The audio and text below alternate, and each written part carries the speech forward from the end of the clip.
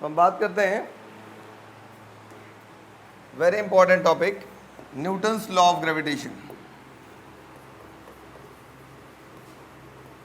Newton's law of gravitation. एक scientist थे जिनका नाम न्यूटन जी था। बड़े अच्छे से इनके बारे में आप लोग जानते हैं। शायद आपने इस तरीके का कुछ फिगर पहले इमेजिन किया था कि भाई साहब पेड़ के नीचे बैठे थे और कुछ पढ़ रहे थे, कुछ खा रहे थे, क्या कर रहे थे आई डोंट नो, लोगों का इमेजिनेशन है। और एक क्या गिरा भाई साहब, एप्पल गिरा। जैसे ही गिरा, कुछ लोग तो ये भी कहते हैं कि अपने घर पर अपने बीबी से लड़ाई करके आए थे, बहुत टेंशन में थे। मतलब लोगों की सोच है, बहुत टेंशन में थे एकदम। और जब लोग इंसान टेंशन में होते हैं तो उस समय नया आविष्कार होता है ना। जब बहुत बवाल होता है, बहुत ज़्यादा सर पर प्रेशर होता है, तभी आप नया चीज़ इनोवेट करते हैं, है ना। मान लो आपको सिंपल सी बात है, कोई काम दिया गया करने के लिए, जैसे समर वेकेशन होमवर्क मिलता है, तो आप लोग क्या करते हो, पूरी समर वेकेशन मजा लेते हो। लेकिन जैसे ही लास्ट डे आता है, इतना तेज इनोवेटिव हो जाते हो कि एक ही दिन में पूरा कंप्लीट हो जाता है ना। तो ऐसा ही लोग कुछ कहते हैं कि इनके साथ भी कभी दुर्घटना घटी थी। ये बेचारे टेंशन में थे। किस टेंशन में थे आई डोंट नो। बैठे हुए थे किसी पेड़, एप्पल पेड़ के नीचे, एप्पल के पेड़ के नीचे। तो एक एप्पल ऊपर से नीचे गिरा तो इनके दिमाग में एक बिजली जगी। कैसी जगी कि भाई ये जो एप्पल है नीचे ही क्यों गिरा, ऊपर क्यों नहीं गया। ठीक है, ये थ्योरी तो आपने पढ़ा है। तो क्यों नीचे गिरा, क्यों ऊपर नहीं गया, इसके बारे में इन्होंने बहुत स्टडी किया, डीप स्टडी किया। तो इन्होंने बताया ग्रेविटेशन की कहानी। तो इन्होंने एक ऐसा लॉ दिया है जिसको बोला गया universal law of gravitation. Universal law का मतलब होता है यूनिवर्स के किसी भी कोने में जाएंगे ये लॉ अप्लीकेबल होगा। ठीक है, मतलब सर इन्हीं को कॉपी किए थे एक साइंटिस्ट थे जिनका नाम था कूलम। कूलम जी ने दो चार्ज के बीच में बताया था, एकदम इन्हीं को कॉपी किया था। 12th में आएंगे तो आप पढ़ेंगे, सब कुछ कॉपी किया था। लेकिन वो यूनिवर्सल लॉ नहीं कहा गया, क्योंकि वहाँ पर क्या होता है, चेंज होता है। जगह आप चेंज करोगे ना तो चार्ज का जो फोर्स होगा, फोर्स का मैग्नीट्यूड चेंज हो जाता है। लेकिन इसमें कुछ नहीं होता। तो इन्होंने क्या कहा, इन्होंने कहा, न्यूटन जी ने क्या बोला, मोटी मोटा एक बात बताया। उन्होंने बताया दुनिया में कोई भी दो ऑब्जेक्ट है, कोई भी दो ऑब्जेक्ट, वो दो ऑब्जेक्ट एक दूसरे के ऊपर फोर्स लगाते हैं। क्या लगाते हैं, फोर्स लगाते हैं। वो फोर्स हमेशा कैसा होता है, अट्रैक्टिव होता है। मैं खड़ा हूं, मैं इस दीवार को अपने तरफ खींच रहा हूं, या दीवार मुझको अपने तरफ खींच रहा है, ऐसा सही बात है। Every object in the universe attract every other object with a force. मैं हूं, आपको खींच रहा हूँ या आप मुझे खींच रहे हो, ऐसा लग रहा है हम लोग के बीच में फोर्स। लेकिन कहोगे सर मजा ले रहे हैं आप भी, आप तो खींचे हुए मेरे पास दिखाई नहीं दे रहे हैं, खींच के इसे मैं आपको पकड़ ले क्या सर, ऐसा हो सकता है क्या? होता है। आप कह रहे हो नहीं, ऐसा होता है। अब ये फोर्स क्यों नहीं हम लोग को दिख रहा है कि भाई ये पंखा हमारी तरफ क्यों नहीं खींचा चला आ रहा है, या ये बोर्ड मेरे पास खींच के मेरे पास क्यों नहीं चिपक जा रहा है, ये सब कहानी अभी हम लोग थोड़ा सा आगे बात करेंगे, समझ में आपको आ जाएगा ऐसा क्यों नहीं हो रहा है। ठीक है, तो पहले इन्होंने बात बताया कि दुनिया में कोई भी दो ऑब्जेक्ट है, दोनों ऑब्जेक्ट एक दूसरे पे कैसा फोर्स लगाते हैं, अट्रैक्टिव फोर्स लगाते हैं। अब अगर वो फोर्स लग रहा होगा तो वो फोर्स किसी न किसी चीज पे तो डिपेंड होगा, है ना। तो अगर देखो बेटा, उन्होंने बोला था क्या, ये दो ऑब्जेक्ट हम ले लेते हैं। ऑब्जेक्ट नंबर 1, इस न्यूटन जी को थोड़ा नीचे कर लेते हैं। ये ऑब्जेक्ट हमारे पास 1 है, ठीक, और ये हमारे पास कोई दूसरा ऑब्जेक्ट है, ठीक है, ये दूसरा ऑब्जेक्ट है। दोनों का कुछ ना कुछ क्या होगा बच्चों, मास होगा। इसका मास मान लेते हैं m1 और इसका मास मान लेते हैं हम लोग m2। इन दोनों के बीच में एक और चीज होगी, क्या होगी, इन दोनों के बीच में एक डिस्टेंस होगी। इनके सेंटर से इनके सेंटर के बीच की एक दूरी लेते हैं, जिसको हम लोग क्या बोलते हैं, r। ठीक है, तो क्या पाया इन्होंने, इन्होंने पाया कि इन दो ऑब्जेक्ट के बीच में जो फोर्स लग रहा है, that force is directly proportional to the product of their masses. मतलब क्या, अगर इन दोनों का मास ज्यादा है तो फोर्स क्या लगेगा, ज्यादा।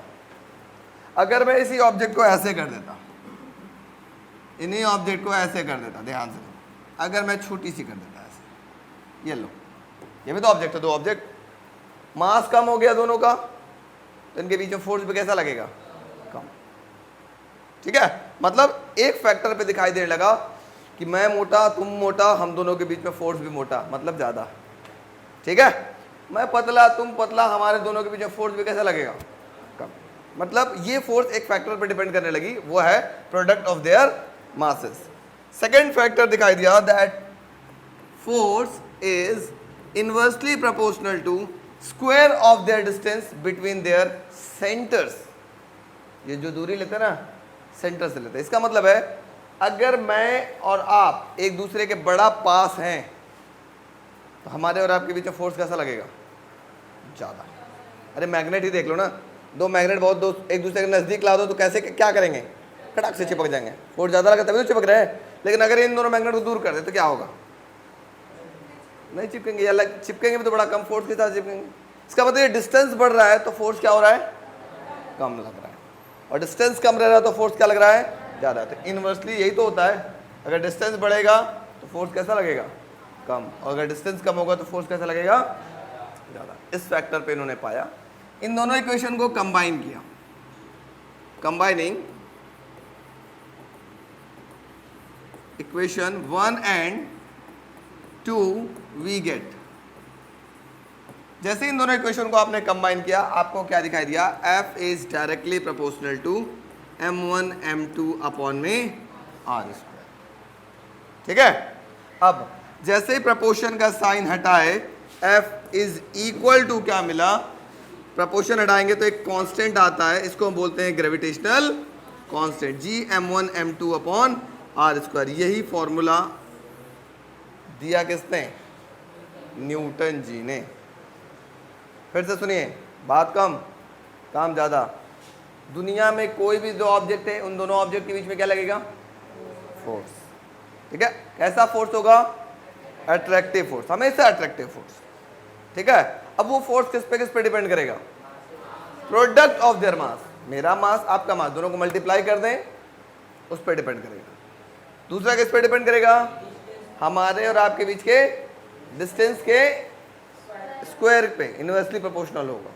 ठीक है, अच्छा सर, तो सर आपने बड़ा अच्छी बात बता दिया, लेकिन आपने ये नहीं बताया ये अर्थ था, ये एप्पल था। मान लो अर्थ तो एप्पल की तरफ जाते हुए दिखाई दी, न्यूटन जी तो कह रहे थे कि हर ऑब्जेक्ट एक दूसरे को अपने ओर खींचता है, क्या अर्थ भी एप्पल की तरफ खींचा होगा, तो let's see what happened with both. अगर हम एप्पल की बात करें, एप्पल का मास स्मॉल m ले लेते हैं और अर्थ का मास कैपिटल M ले लेते हैं। अगर एप्पल की बात करें तो हम लोग एप्पल छोड़ो, हम एक फॉर्मूला बात करें, F इज इक्वल टू होता है mass into acceleration. A is equal to क्या होगा, F बाई m। अगर फोर्स रिमेन्स कांस्टेंट कर ले तो acceleration is inversely proportional to mass. मतलब सर क्या है, जिसका मास कम होगा उसकी एक्सेलरेशन कैसी दिखाई देगी, ज़्यादा। मतलब इन दोनों में से मास कम किसका है, अर्थ का है एप्पल का, तो ये बहुत तेजी से नीचे आते हुए दिखाई दे रहा होगा। लेकिन अर्थ का, जिसका मास ज़्यादा होगा उसकी एक्सेलरेशन कैसी होगी, बहुत कम। तो सोचो अर्थ का मास एप्पल के मास की अपेक्षा कितना ज़्यादा है, बहुत ज़्यादा है। तो अर्थ उसके तरफ अट्रैक्ट तो हो रहा होगा, लेकिन इसकी जो एक्सेलरेशन है मुझे दिखाई नहीं दे रही होगी, एकदम नेग्लिजिबल के बराबर होगा, क्योंकि इसका मास बहुत ज़्यादा है। अब मास बहुत ज़्यादा है तो एक्सेलरेशन कैसी होगी, बहुत कम। अब बहुत कम हमको दिखाई नहीं देती, जिसको हम लोग कहते हैं कि अरे नहीं एप्पल की तरफ अर्थ थोड़ी ना गया है, एक्चुअली में वो भी गया है। बात समझ आ रही है, इसी वजह से एप्पल अर्थ की तरफ गिरता हुआ तो दिखाई देता है, लेकिन अर्थ एप्पल की तरफ जाता हुआ दिखाई नहीं देता है। एक्चुअली दोनों के अंदर मूवमेंट होती है। बात समझ में आ गई, हेडिंग लिखिएगा न्यूटन्स लॉ ऑफ ग्रेविटेशन, फटाफट।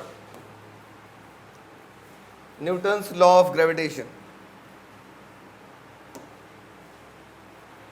अकॉर्डिंग टू, स्टेटमेंट पहले लिख लीजिएगा, Newton's law of gravitation according to, अच्छा न्यूटन्स लॉ ऑफ ग्रेविटेशन, या एक और हेडिंग इसको लिख लीजिएगा, यूनिवर्सल लॉ। यूनिवर्सल लॉ ना, यूनिवर्सल लॉ से क्यों बोला जाता है, क्योंकि यूनिवर्स में कोई भी दो प्लैनेट्स हो, कोई भी ऑब्जेक्ट्स हो, ना ही प्लैनेट, कोई भी दो ऑब्जेक्ट्स हो, उनके बीच में हमेशा ये रूल फॉलो होगा। ठीक है, देखिए according to Newton's law of gravitation, according to Newton's law of gravitation, every object in the universe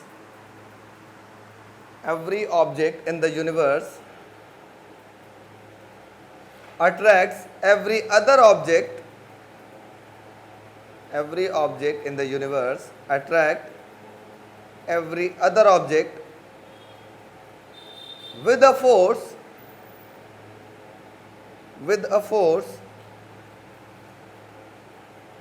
and that force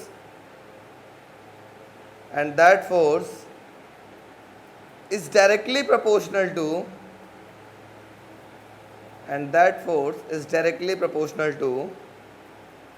product of their masses,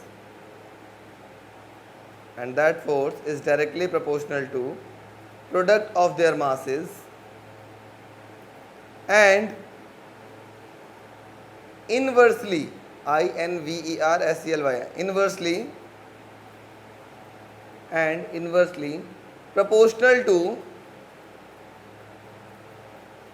inversely proportional to square of their distance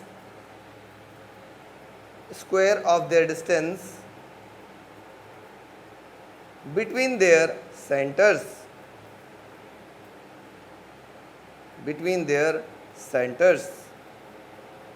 ठीक है, ये formula note करिए, फिर आगे इसी फॉर्मूले को हम लोग थोड़ा बात करेंगे।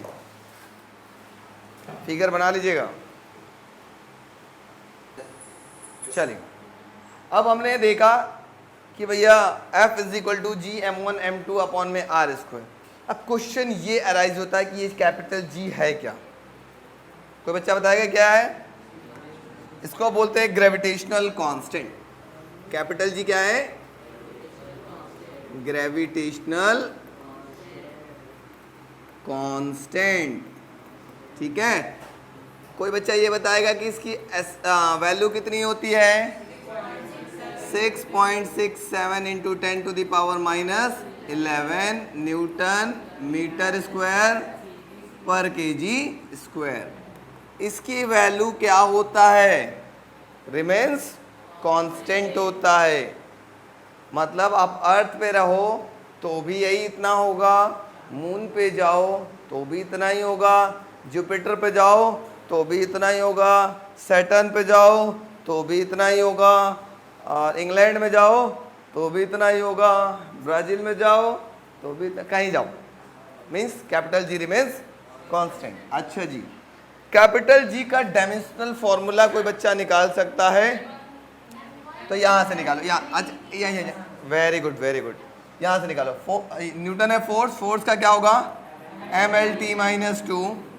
अब यह होगा मीटर स्क्वायर मतलब L2, kg का मतलब m-2 हो जाएगा। अब तड़ातड़ एक जैसे वाले को एक साथ रख लो, m की पावर 1 है और m की पावर -2 है, कितना होगा? m-1। l की पावर कितना हो जाएगा? 3। t की पावर कितना हो जाएगा? मतलब इसका डायमेंशनल फॉर्मूला हो गया m-1 L3t-2। कोई दिक्कत? अब बहुत सारे बच्चे कंफ्यूज हो जाते होंगे, सर इसकी यूनिट कैसे आई ना, केजी न्यूटन मीटर स्क्वायर पर केजी स्क्वायर कैसे आई? तो देखो बेटा, ये भी मैं लिखना बता देता हूँ। आप लोग जानते हो since F is equal to होता है G m1 m2 अपॉन में क्या होता है? आपको अगर G निकालना है तो G को यहीं रखो, बाकी क्रॉस मल्टीप्लाई कर दो, तो G बराबर क्या मिलेगा? एफ आर स्क्वायर अपॉन में m1 m2। अब जल्दी से बताओ तो F का क्या होगा? न्यूटन, रेडियस का मीटर होगा तो क्या हो जाएगा? मीटर स्क्वायर, और नीचे हो जाएगा kg इंटू kg, तो क्या हो जाएगा? kg square. तो क्या मिल जाएगा? G is equal to newton metre square पर kg स्क्वायर। इसकी क्या हो गई? यूनिट। बात समझ में आ गई? तड़ाक फड़ाक से इसको क्या करेंगे आप लोग? नोट करेंगे।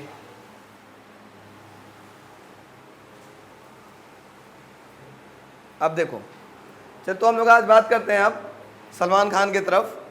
मतलब इसी न्यूटन्स लॉ ऑफ ग्रेविटेशन को अब हम लोग रिप्रेजेंट करेंगे वेक्टर फॉर्म में। ठीक है। अब आ गया भाई वेक्टर, परेशान नहीं करेगा आपको, तो आप लोग को वेक्टर आता है, बहुत ज़्यादा टेंशन नहीं लेना है। Newton's law of gravitation in vector form, जानते हो बेटा, ये अगर पढ़ लिया ना तो क्लास 12th में पढ़ोगे Coulomb's law in vector form, 3 number का काम बना लेते हो।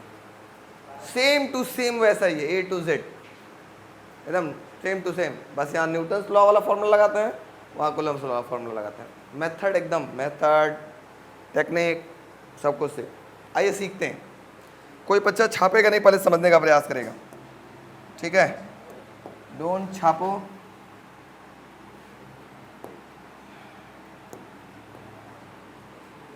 चलो। तो ये हमारे पास क्या था बच्चों, जल्दी बताएगा कोई? स्क्वायर था, ये स्क्वायर दिख रहा है, हैं? अरे ये सब कहाँ पढ़ेंगे सब मैथ। ये कोई बॉडी है जिसका मास क्या है m1, ये कोई दूसरी बॉडी है जिसका मास क्या आपके पास m2। कलर चेंज कर ले क्या इसका, चलो। दूसरे वाले का मास क्या है m2। अब यहाँ पर आपके पास ये क्या है, जल्दी बताओ कोई तो, ये क्या है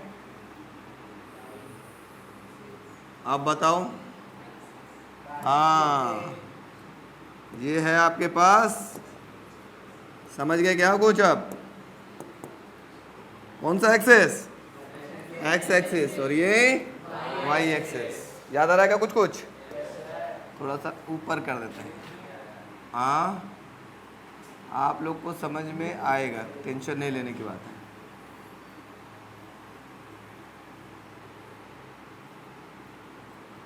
ठीक है,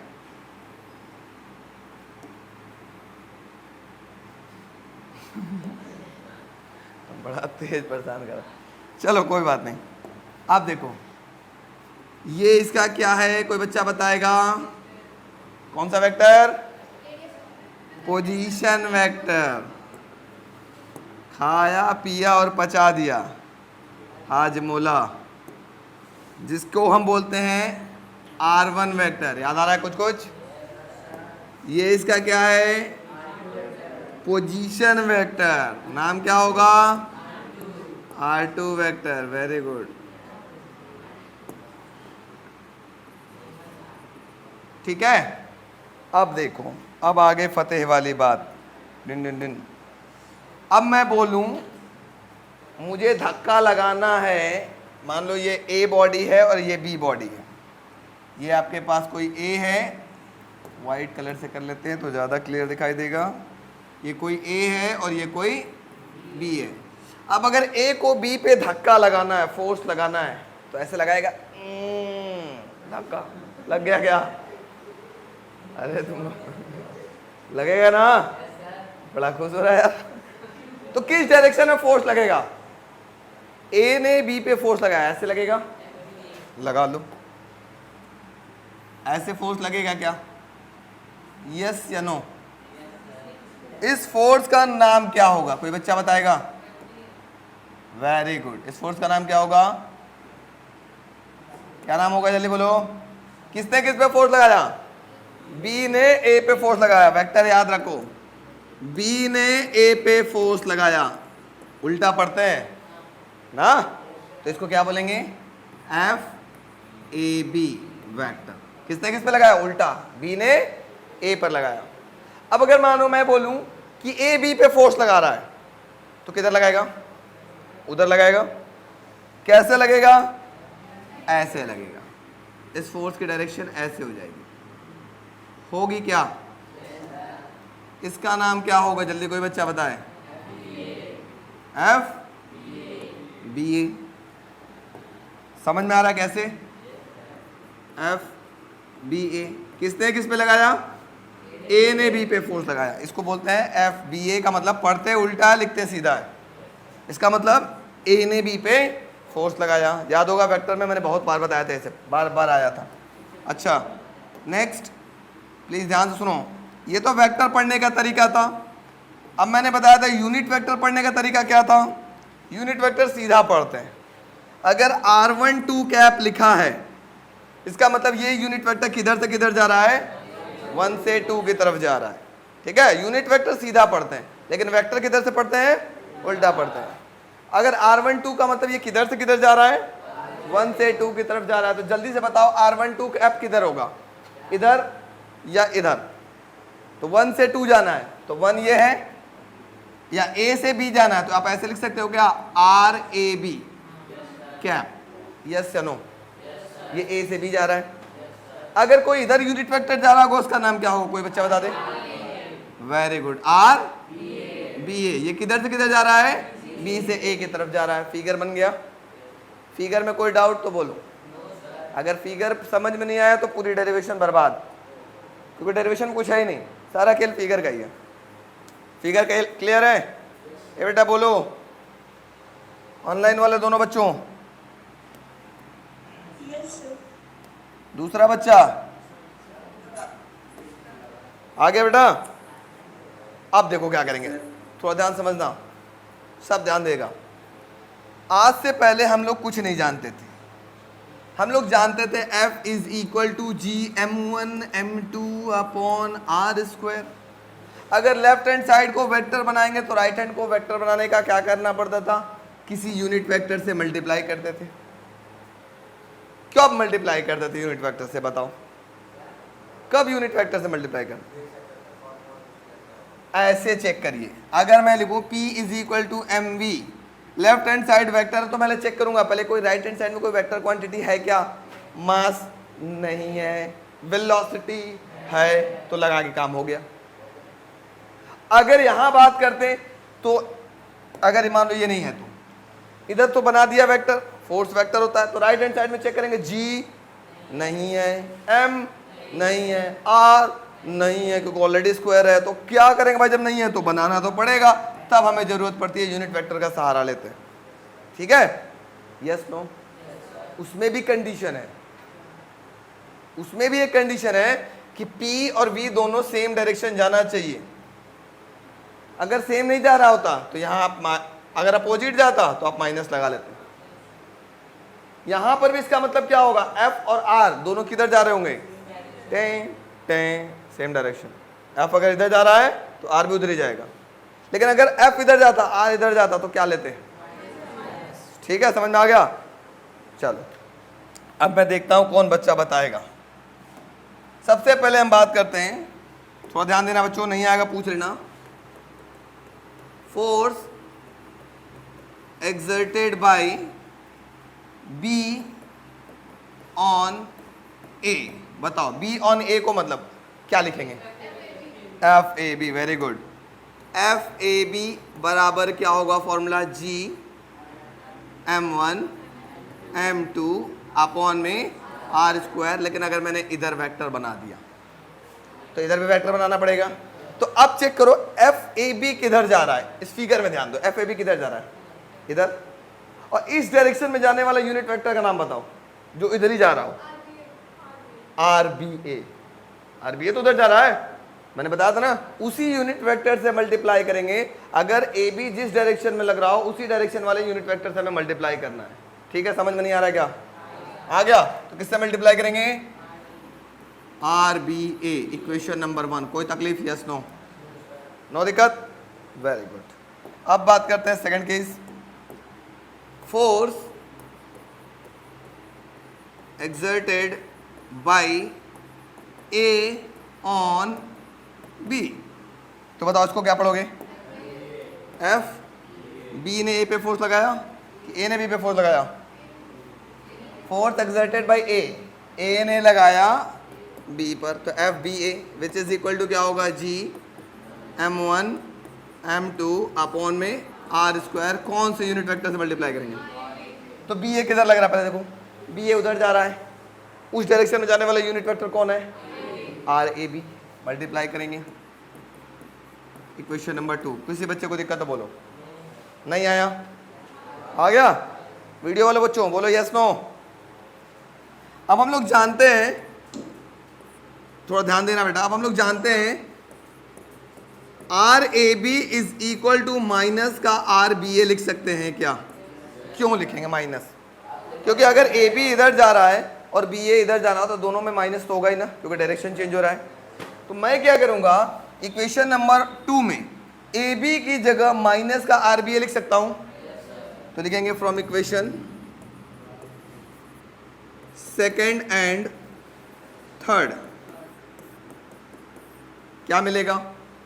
एफ बी ए बराबर क्या होगा बच्चों, जल्दी बोलो, जी M1 M2 अपॉन में आर स्क्वायर, और क्या आ जाएगा माइनस का आर बी ए। माइनस कैसे आया? ए बी की जगह हमने बस ये लिख दिया, कोई तकलीफ? Yes no? अब इसमें से हम माइनस बाहर ले लेते हैं, माइनस बाहर ले लेते हैं तो एफ, अच्छा यहीं कर लेते हैं ना तो थोड़ा ज़्यादा आसान रहेगा। मैं इसको करता हूँ छोटा सा, नन्हा सा, प्यारा सा, इसको और छोटा करना थोड़ा सा, ठीक है, दिख रहा ना?